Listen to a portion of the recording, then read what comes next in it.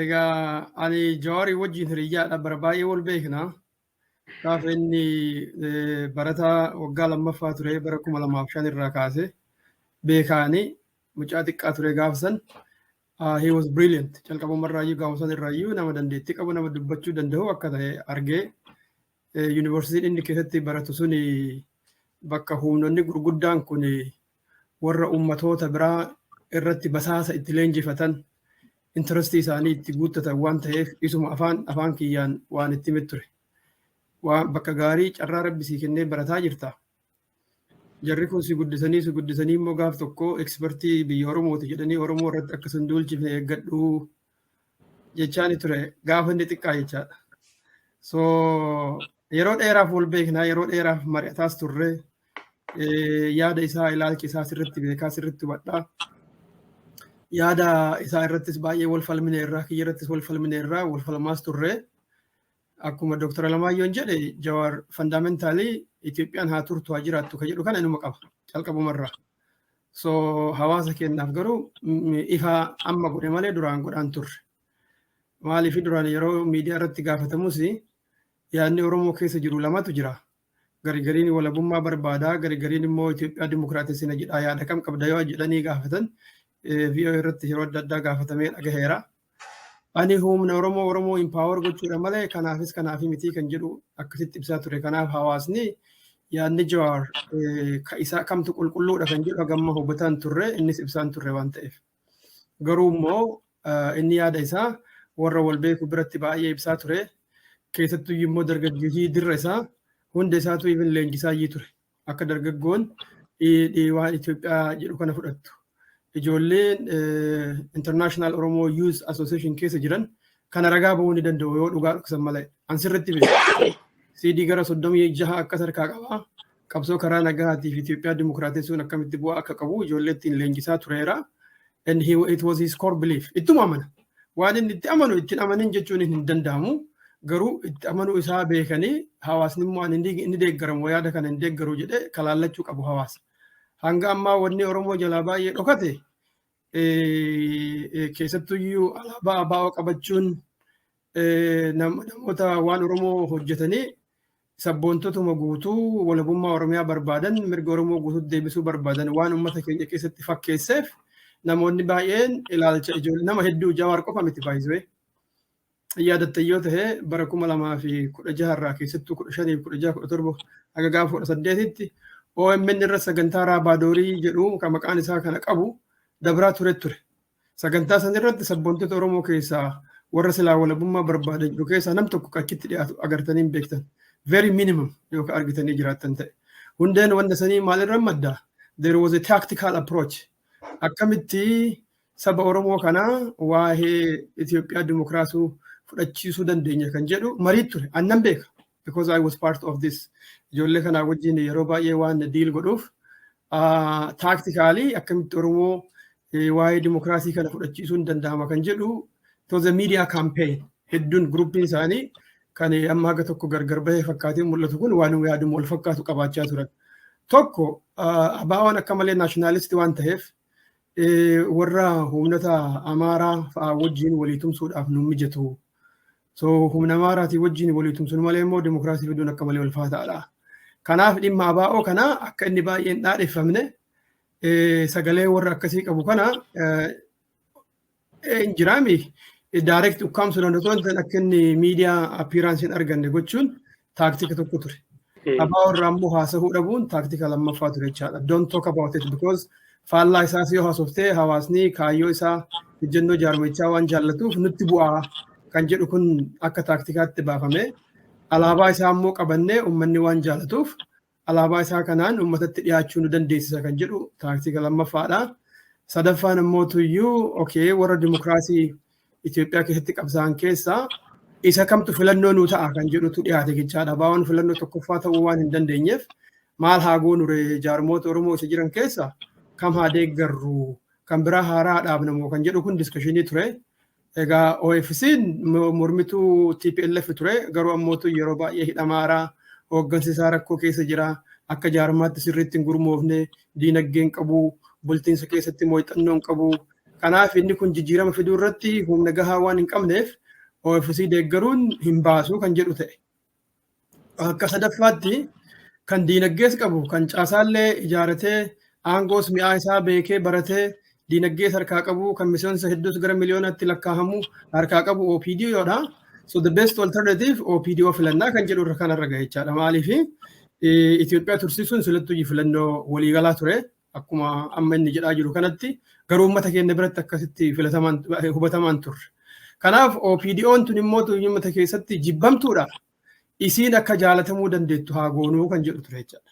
OPDO'n jibbamtuudha, fudhataman qabdu, isiin immoo hanqinni isiin qabdu caasaa dhabdeetii miti, nama achi keessa miseensa dhabdeetii miti, diinagdee dhabdeetii miti, yaada jabaas hin qabdu, uummata birattis jaalala hin qabdu, tokko yaada isaa uumuu fi lammataa immoo uummata biratti akka jaalatamtu yoo goone isii dhaadheessaa gaafa deemnu dhimmi ABO'dha ufuma isaatiin daaliitti haa deema. Otoo irraa hin dubbatin, otoo hin falmin, otoo hin balfin, otoo hin balaaleffatin ABO bifa saniin humna isaa ilaalcha uummanni qabuuf gad xiqqeessaa laaffisaa deemuun ni danda'ama kan jedhu akkuma taaktikaatti irra hojjetaa ba'an. I know this very well. So wanti guddaan taaktika kana filataniif tokko Oromaaraa ijaaruudhaaf, tumsa Oromoodhaa fi Amaaraa ijaaruudhaaf ABO'n karaa inni deemu Amaaraan fudhatamaa miti. Seenaan inni Itoophiyaa irra haasa'u Amaara biratti fudhatamaa miti. Even Oromoo keessattuu taaktikaalii waan ABO'n haasa'u jijjiiruu qabnaa kan jedhu ta'e. Akkamitti jijjiirra? ABO'n kan jedhu haqarraa Itoophiyaa keessatti Oromoon gabroomtee jirti, miidhamtee jirti, sirna cunqursaatti irratti fe'amee inni jedhu kun victimizing mentality, victimizing mentality uummata keenya keessa ijaaree gadaantummaa hawaasa keessatti baqaalaa jira. Kanaaf victorious mentality injifannoodha uummata keessatti biqilchuu qabna. Kana gochuuf ammoo Itoophiyaa matanoyyuu Itoophiyaa Oromootu ijaaree jennee dubbachuu qabna. Fakkeenyaa fi bara Xaaliyaaniidha, bara lolli Xaaliyaanii fi Itoophiyaa jidduu ture, jeneraatota 12 keessa namni 9 Oromoodha.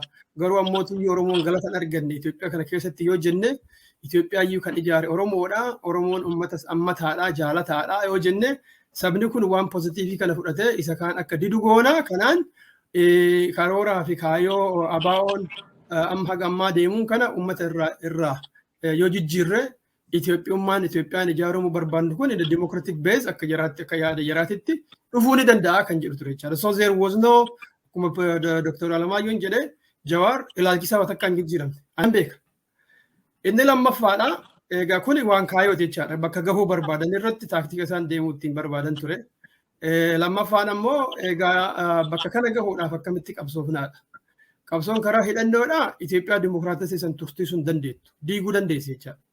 So yoo karaa qabsoo hidhannootiin itti fufne injifannoon Oromoon fidu kun Itoophiyaa diiguu danda'a. Sun ammoo tuyyuu dimokiraasii jennu fiduu hin danda'u. Kanaaf karaa nagahaatiin qabsoofna jennee uummata barsiisuu qabnaadha. Karaa nagahaatiin barsiisna yeroo jennu immoo sabaan gatii bilisummaadhaaf baaftu sii xiqqeessaa. Lubbuun namaa baay'ee hin qisaasamtu. Dinagdeen baay'ee hin baddu. Jennee yoo barsiifneen ilmi namaa waan simpil ta'e. Sammuun isaa yeroo dhaga'u ni jaalata waan ta'eef. The tendency of acceptance yaadni kun fudhatama uummata biratti qabaachuun isaa guddaa ta'a.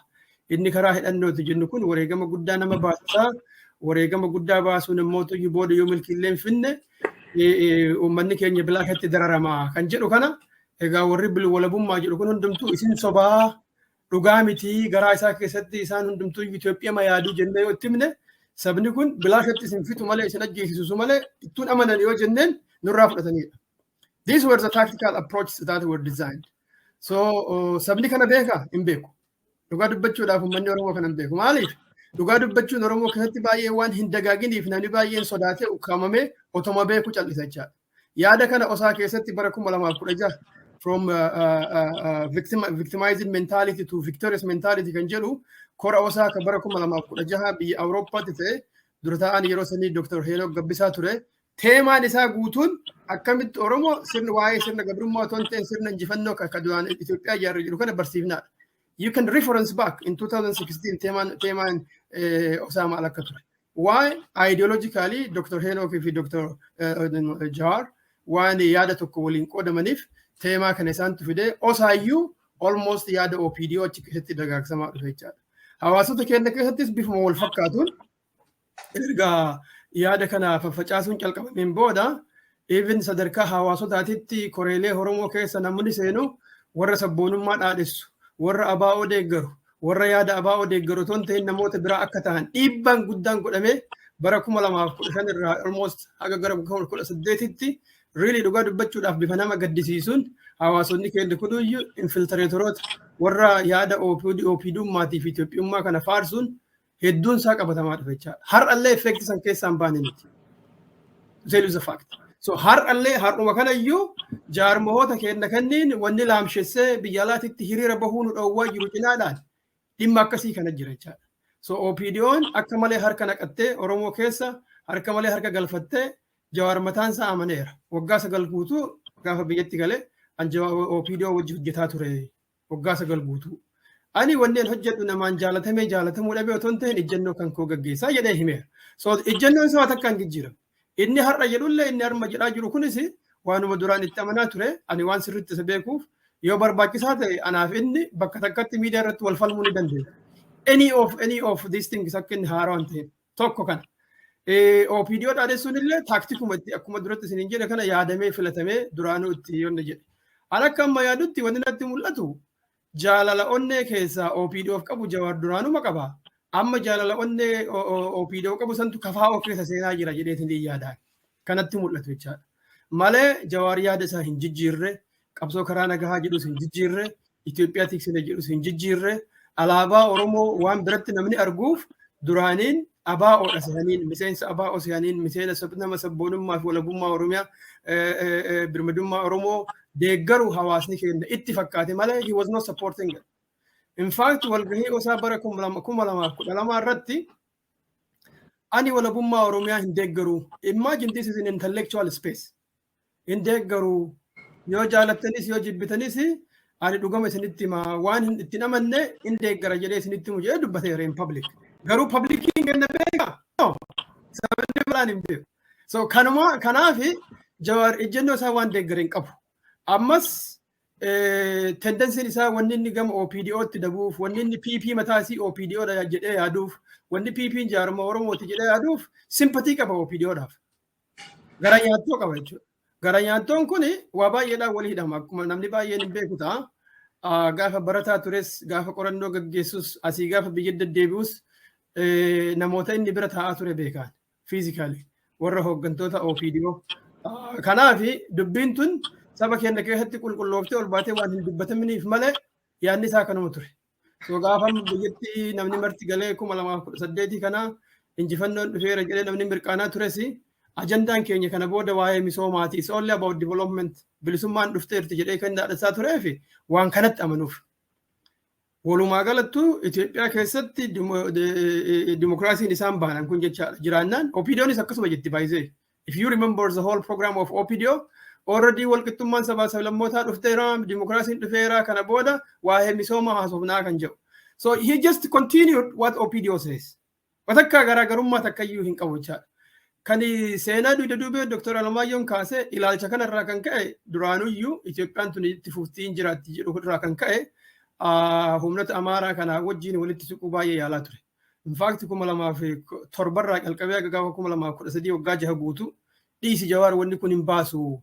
Dargaggoo Oromoo karaa jallisuudhaaf si keessaan Itoophiyaa fudhachiisuudhaaf waan kana godhaa jiru jirri kun boru ganama sillee si ajjeesu yoo baay'ee si obsan haga galma miligeettu qofatti si obsu achi yoo gahan si ajjeesu dhiisi jara kan otoo jennuun otoo itti namni baay'een beeku otoo itti himu akka waan humnoonni jaraa kun dimokiraasii fudhatanii walqixxummaa sabaaf lammii fudhatanii itti goggogaa ture.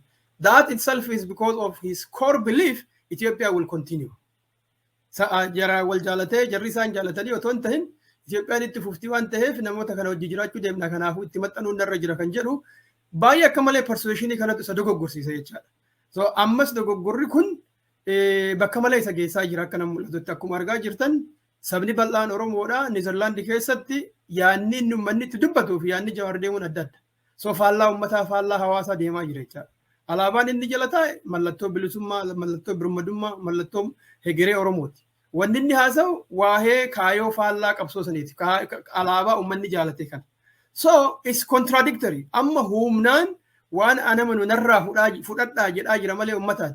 Jaalattanis jibbatanis na jibbitanis jedhee na jibbitanis ani kanuman jedhaa jedha. Yes, yoo ati wanni inni jedhu waan gaariin ta'een uummanni jibbuun oolu. Abiyyillee akkasuma jedha. Abiyyillee Itoophiyaatti isa jedha kanumaaf jibbameef. Kanaafuu iyyuu wanni gariin saba keenya keessatti haaraa tahee haa mul'atu malee innis waan jaarummaa siyaasaa keessa seeneef ifa of baasee haa dubbatu malee that was his belief. Kanaaf gara sadiin jijjiirama guddaa irraa argu. Gama biraatiin isuma Dr. Alamaayoon jedhe Abiyyi wajjin wal falmuun kunuyyuu jijjiirama guddaadha inni jedhe kana sani jijjiirama guddaatti hin fudhadhu akka kiyyatti maaliifi ammas haasofni Jawaar isuma 2018 waan deebisu malee kan jedhu achisi bira tabree miti. Bara 2018ttis OPDO'n dandamattee aangoorra turtee dhiifama walii goonee karaa araaraatti deebinee nageenyi akka bu'u kan jedhu Abiyyis kanuma jechaa ture yaadattoo ta'e. Laangweejiin kun jechi kunni jechoonni kunni jechootuma bara 2018 uummata keenya ittiin gowwoomsan. Dhiifamni haa ta'u, araarri haa ta'u, nagaatti haa deemnu jedhamee gaafsanis OPDO'tti kennan. So ammas haasofni amma deemaa jiru maa inni araara haa buufnu, nageenyi haa bu'u, jaalalaani wajji jiraannaa kanarraa kan hafe yoo kan goone taate biyyis ni diigamti isinis ni baddu jedhee uummata sodaachisuutti jira jechaadha. So kana jechuun immoo maa inni Abiyyiin wajjiin araaramtaniitumaan nagaa wajji jiraadhaa jechuudha. Abiyyi wajji gaafa araaramtu immoo inni aangoo maratu jechaadha. Maaliif konkolaataa diraayivarii jechuun haa ta'u waan jedhu kana qaba. So he is still consistent. Jijjiirama wayiitu ani akka namni jedhu kana irraa waan takka iyyuu hin argu. Garuu consistency isaa rakkoo qaban jedhu yani consistency isaa gaarii. Uummata birattis gadi bahee mul'achuu isaa gaarii. Imagine baraan isin jedhu kana keessatti gaafa OMN uumamu dameeleen OMN harki caalaan isaa koree keessa namni jiru ijoollee miseensota ABO'ti. Suutaan ilaala nama isin jedhe kanarraa kan ka'e qulqulleessaa dameelee ijoollee sabboontotaa hunda keessaa qulqulleeffamaa dhufe. Why? They don't support this idea of coronation of the OPDO. So rakkoon kun bara dheeraaf deemaa dhufe. Amma ifaan ifatti ol bahe malee waggaa afran ijoolleen Oromoo qeerroon beekeessatti qabsoo qabaa turte san yaada kana duyda duubatti akka malee kunuunsaa dhufanii bakka kana gahe amma OPDO'n kuftee jennaan deebi'ee dhufe ammas uummata biratti fudhamusii dhabuun isee waan mul'ateef akkamitti immoo tooftaadhaan deebinee fudhachiisuu dandeenya kan jedhutu deemaa jira na fakkaata malee Jawaar irratti ani jijjiirama tokkoyyuu argaa hin jiru jechuu barbaada fayyaa ta'e.